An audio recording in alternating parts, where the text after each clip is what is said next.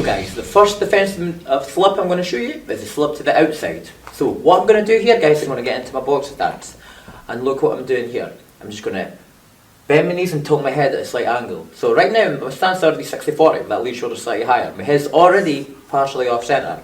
All I'm going to do now is bend my knees and rotate my body like so. See how that the shoulder slightly rotated? Boom. And I only want your head to move just the smallest, tiniest amount.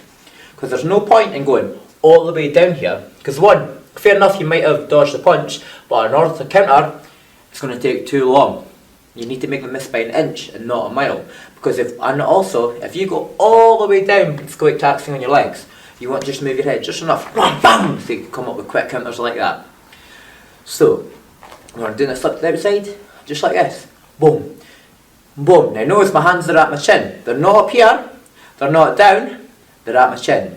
The reason they're at my chin is so it doesn't affect my peripheral vision. If I went like that, it actually affects my vision, right?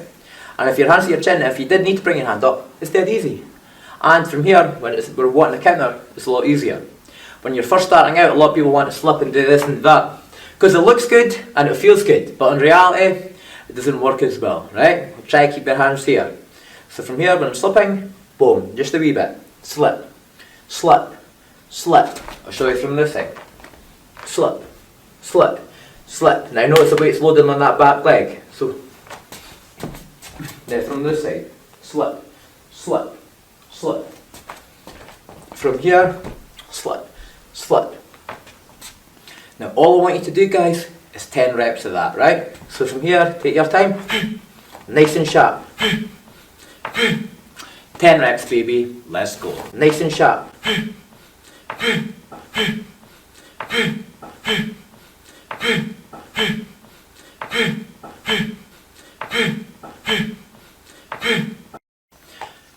Now guys, the next defensive manoeuvre I'm going to show you is the duck. So when we're ducking, my hands at my chin, all I'm going to do is bend my knees like so. I'm just dropping a level. So imagine a shot's coming above my head, whether it be a straight shot or a hook, I'm just ducking underneath, ducking underneath. I'm just bending my knees and dropping down just enough to avoid the shot, and springing back up. Alright, now when we're doing this guys, my hands are at my chin.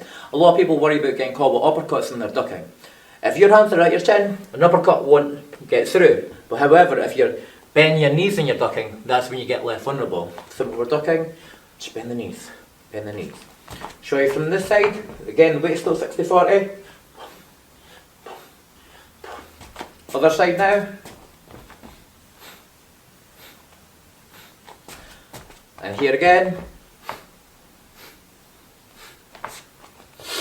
Now, all I want you to do guys is give me 10 reps of the duck.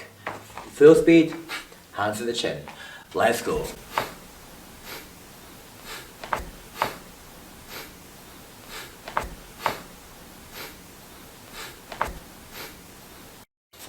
Now guys, I'm going to show you how to slip on the inside. Now, when we're slipping on the inside, there's 3 variations. And those 3 variations will depend on 1, what your opponent's going to throw at you, or 2, what punch you want to come back with, right? So the easiest one is a slip to the outside, right? When we just want to evade straight shots.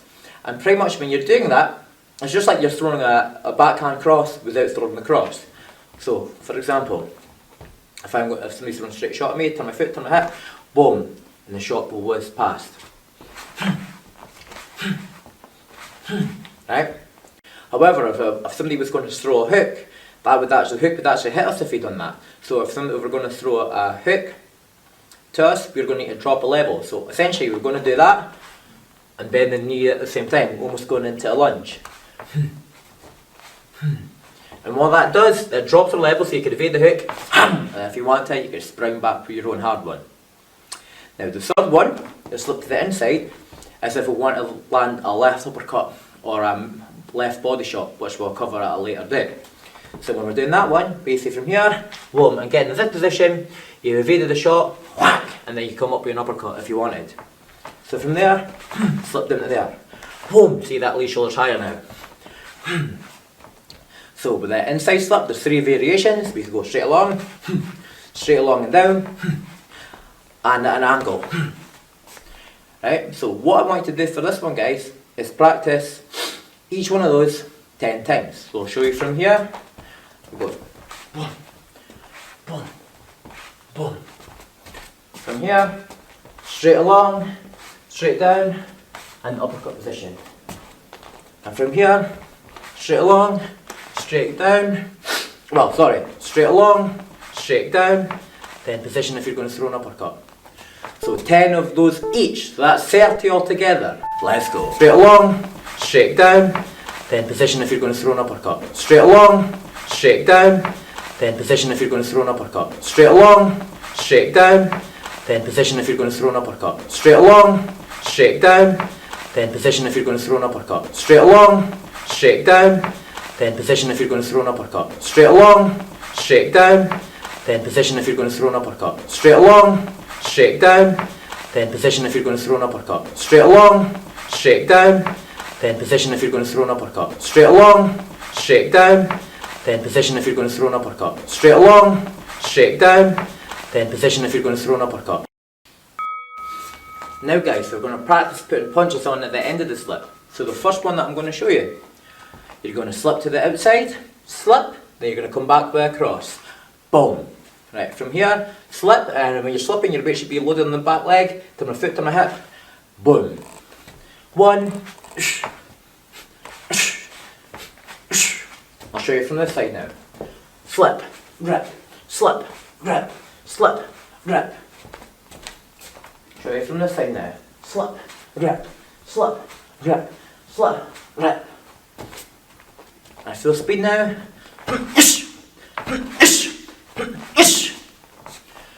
What I want, guys, I want 10 reps of that. Let's go.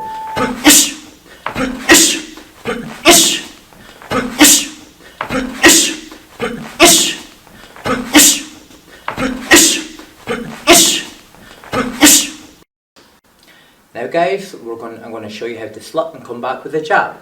Now when you're slipping, come back with a jab, you could slip of various ways. From here, you can slip to the outside, boom, and come back with a jab. You can duck and come back with a jab. You can slip to the inside and come with a jab. Right? So, I'll demonstrate from this side. So slip to the right. I can duck and come up with a jab. Duck, jab, duck, jab. I can slip to the inside and come with a jab. Boom, boom, boom. I'm going to go here. So slip to the right and come with a jab. Duck and come back with a jab. Slip to the inside and come with a jab. So in here guys, for this one, I want you to do 5 of each. So that's 15 reps in each total for this exercise. So you're going to do 5 going to here. 1, 2, 3, 4, 5. 5 ducking. 1, 2, 3, 4, 5. And 5 to that side. 1, 2, 3, 4, 5. So give me those 15 reps, baby. Full speed, good technique. Let's go. So you're going to do 5 going to here. 1, 2, 3, 4, 5. 5 ducking.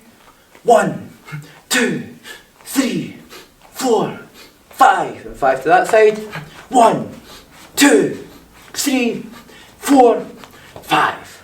So guys, the next slip counter I'm going to show you is a slip and you're responding with a front hand too. So from here, I'm going to slip to the inside, whack. So see as I slip into my foot and hip, my head's moved off centre, that's locked and loaded, my hips are turned, hand to the chin, whack, and the weight comes back onto this back leg. From here, 1, 2, 1, 2, 1, 2. Show you from this side, 1, 2. 1, 2, 1, 2. Show you from this side.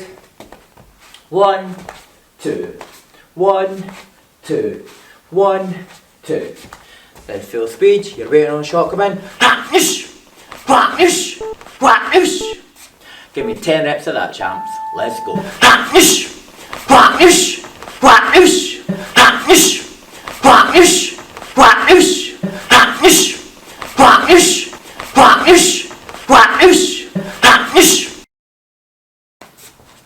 Right guys, the next combo that I'm going to show is a slip and rip with a right uppercut, or the backhand uppercut. So from here, I'm slipping, turn my foot, turn my hip, my weight's already loaded, my head's already off centre, rip! Weight's on the front leg, body's rotated, then retract back to here. Slip and rip. Slip, hands open, clench your point of impact, other hands at the chin, and rip. Whoosh!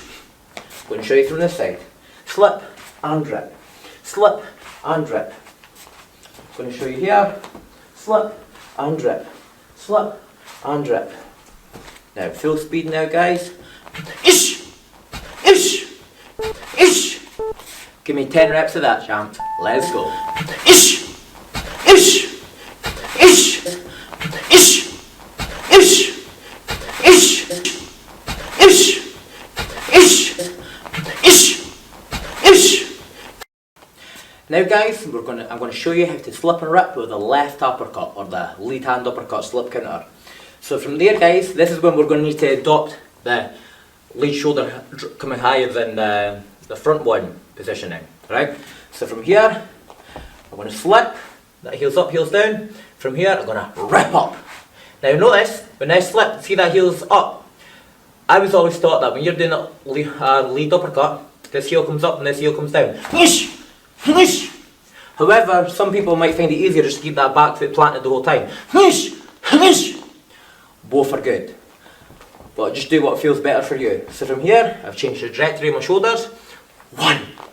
So you're waiting, slip and rip. Slip and rip. Show you from this side.